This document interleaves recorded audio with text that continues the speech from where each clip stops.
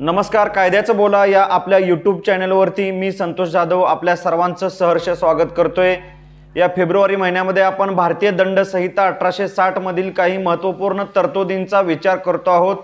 मित्रहो, भारतीय दंड संहितेमधील तरतुदी ह्या दैनंदिन जीवनामध्ये किंवा सार्वजनिक जीवनामध्ये येणाऱ्या कोणत्याही चुकीच्या बाबतीमध्ये, फौजदारी कृतीच्या बाबतीमध्ये कशा पद्धतीनं त्या शब्दांच्या त्या अपराधांच्या गुन्ह्यांच्या व्याख्या करतात, त्यांना कोणत्या प्रकारच्या शिक्षा आहेत किंवा त्यातून कशा प्रकारे आपला बचाव करता येऊ शकतो, अशा प्रकारची सगळी माहिती ह्या फौजदारी दंड संहितेमध्ये फौजदारी कायद्यातील भारतीय दंड संहितेमध्ये अतिशय सुयोग्य व्यवस्थित 23 प्रकरणांमध्ये ही माहिती विभागलेली आहे.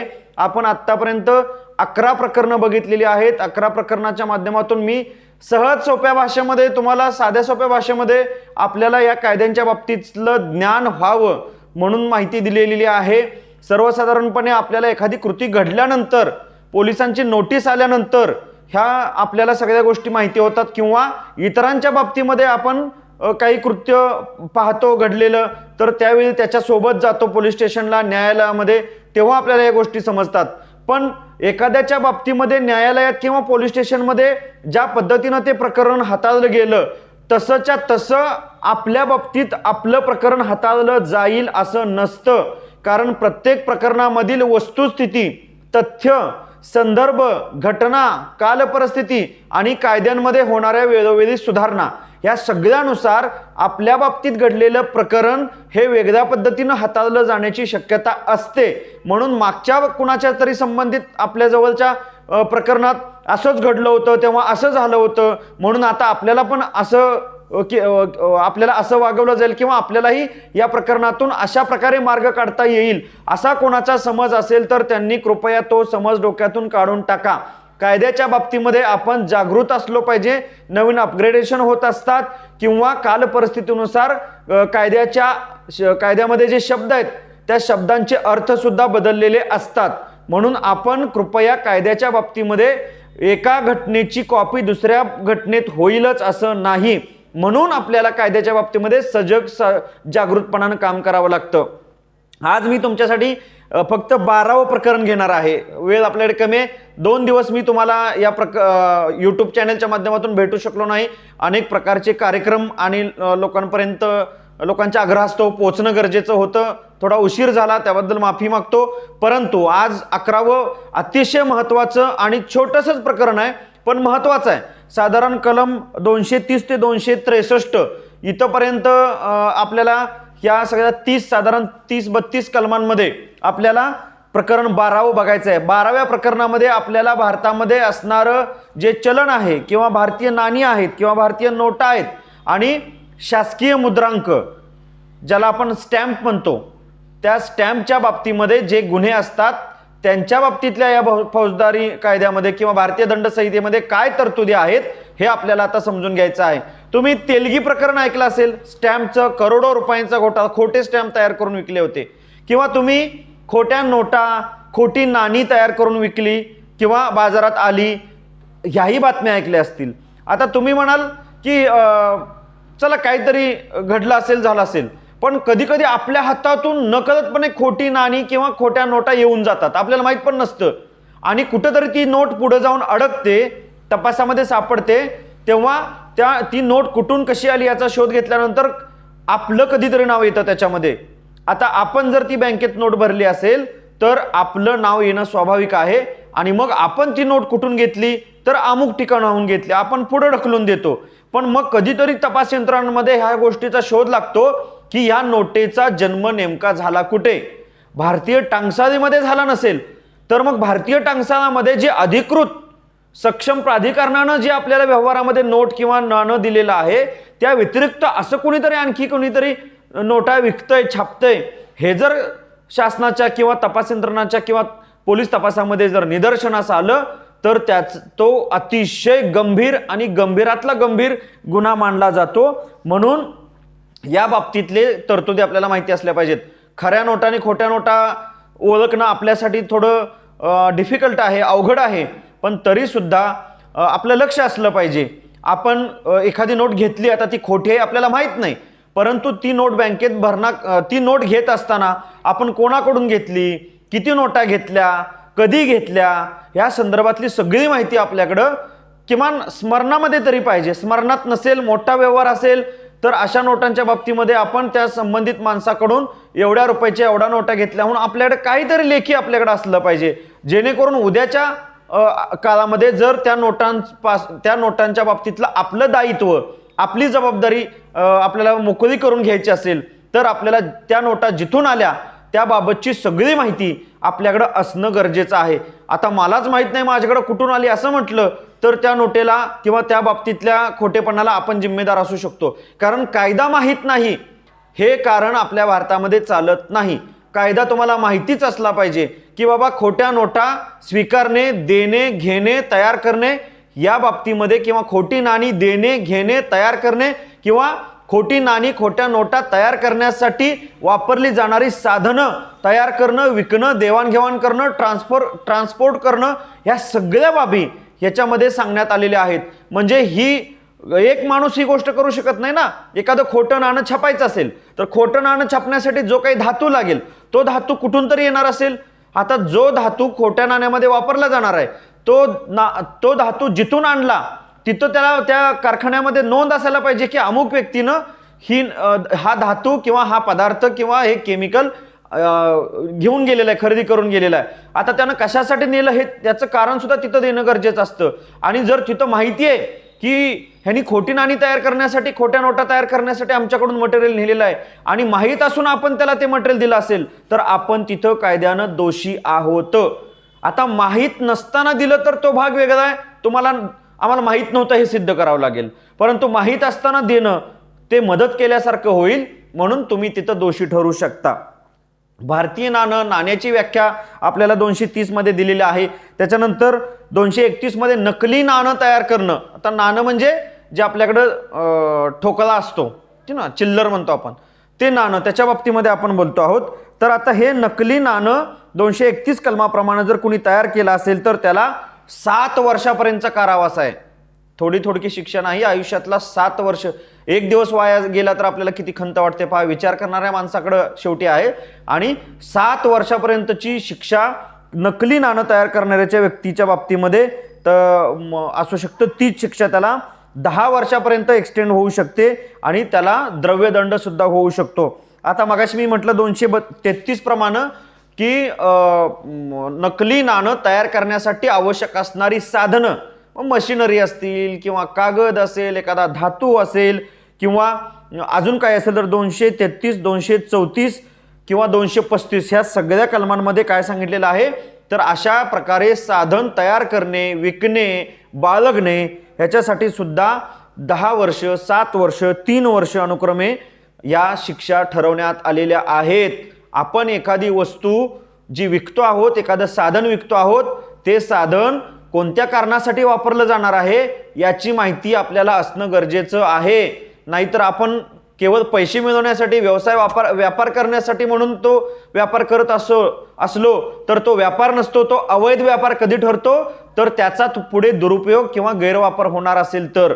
अर्थात हे काही सर्वसामान्य बाजारात नाही घडत. हे फार बारकाईनं आणि लपून छपून किंवा निर्जन अशा ठिकाणी हे सगळं घडत असतं. परंतु हे उघडकीस येण्याची शक्यता असते आणि ते येण्याचं माध्यम आपणच असतो. म्हणजे आपल्याला या बाबतीतली खबरदारी घ्यावी लागते की हे खरं खोटं आहे, कुठून आलं, काही माहिती मिळाली असेल ती पोलिसांपर्यंत देणं, हे सगळे रिस्की वाटतं. कशाला आम्ही त्या भानगडीत पडायचं वाटतं, पण हे एक कर्तव्य आहे. भारतीय राज्यघटनेमध्ये आपल्याला राज्यघटनेच्या अनुच्छेद 51A मध्ये आपल्याला आपली कर्तव्य सांगितलेले. त्या कर्तव्यामध्ये भारतातली नाणी, चलनं, भारताचं हित, राष्ट्रीयत्व किंवा ह्या सगळ्या बाबतीमध्ये आपलं कर्तव्य आहे. पोलिसांपर्यंत माहिती देणं, जबाबदारी, सुरक्षितता ह्याच्या बाबतीमध्ये काम केलं पाहिजे, जबाबदारीने काम केलं पाहिजे. हे आपलं कर्तव्य आहे, हे आधीच सांगितलेलं आहे. म्हणून आपण याच्यामध्ये कुठलीही भीती न बाळगता काळजीपूर्वक काम केलेलं असलं पाहिजे.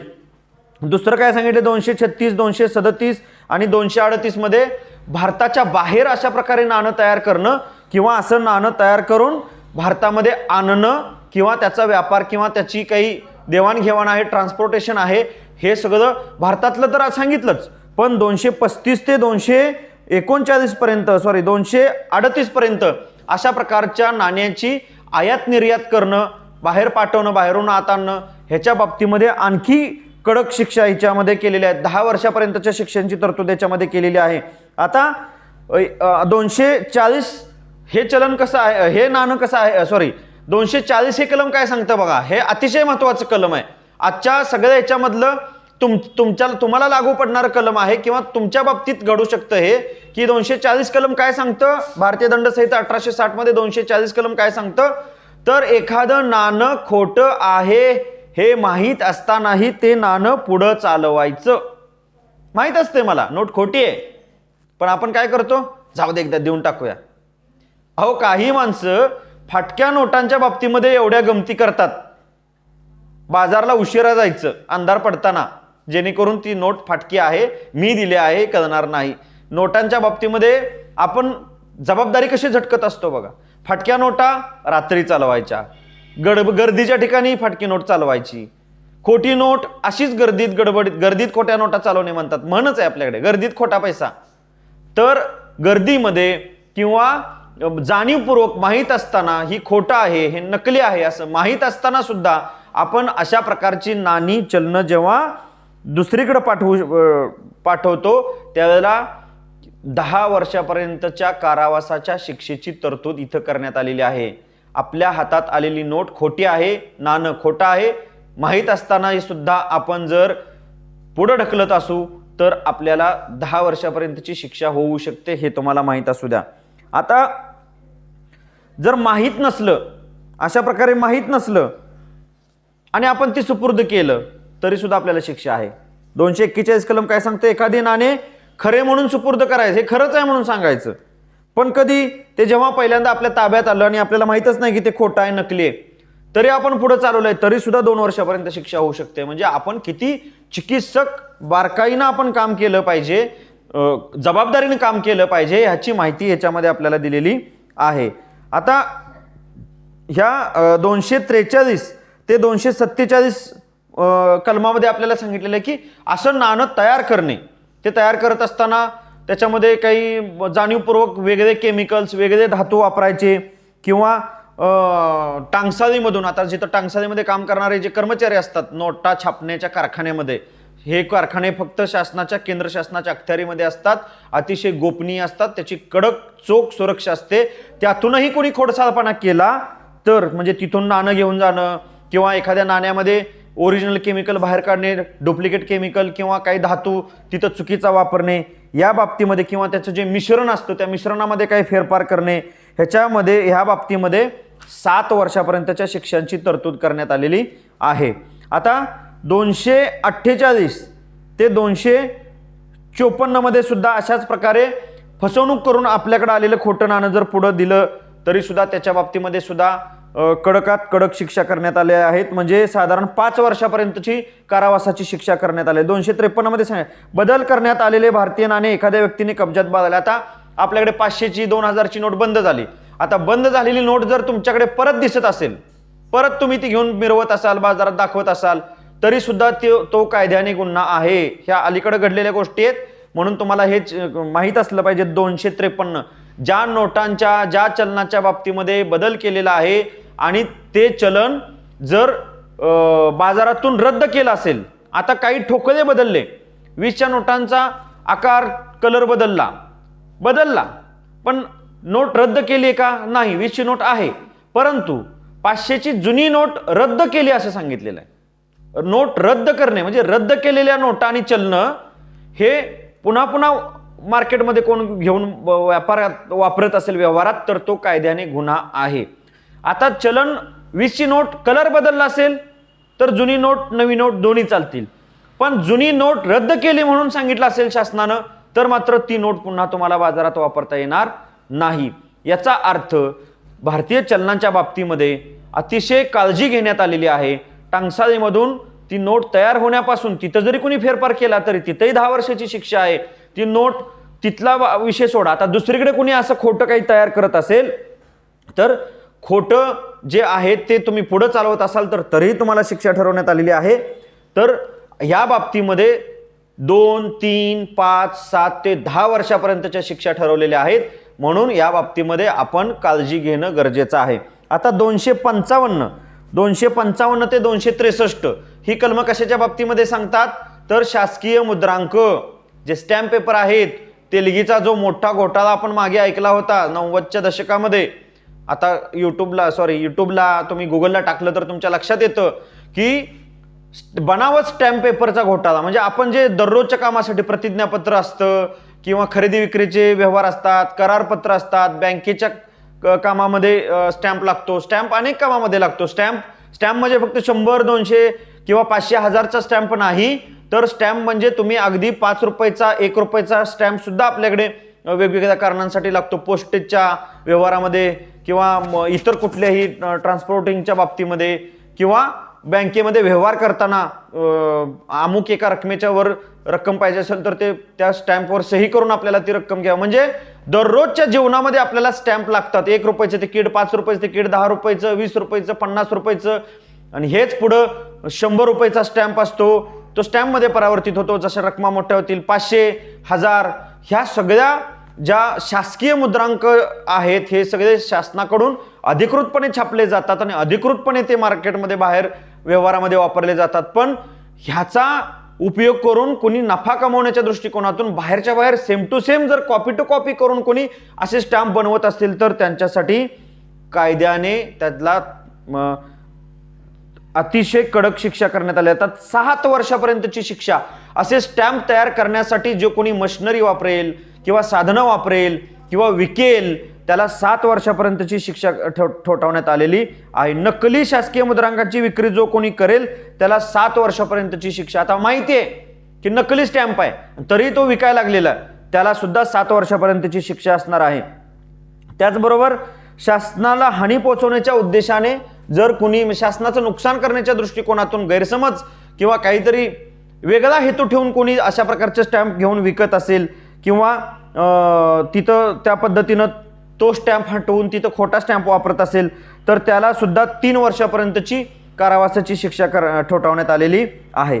तर अशा प्रकारे शासकीय मुद्रांक होता किंवा आहे ह्याची ओळख पुसणाऱ्याला सुद्धा कडक शिक्षा ठेवण्यात आलेली आहे.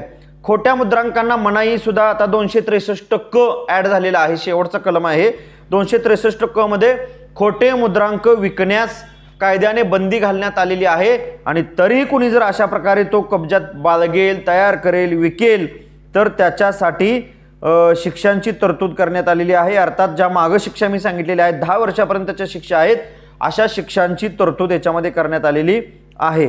आता हे सगळं जे आहे हे सगळं आपल्या दररोजच्या जीवनामध्ये उपयोगी पडणार आहे.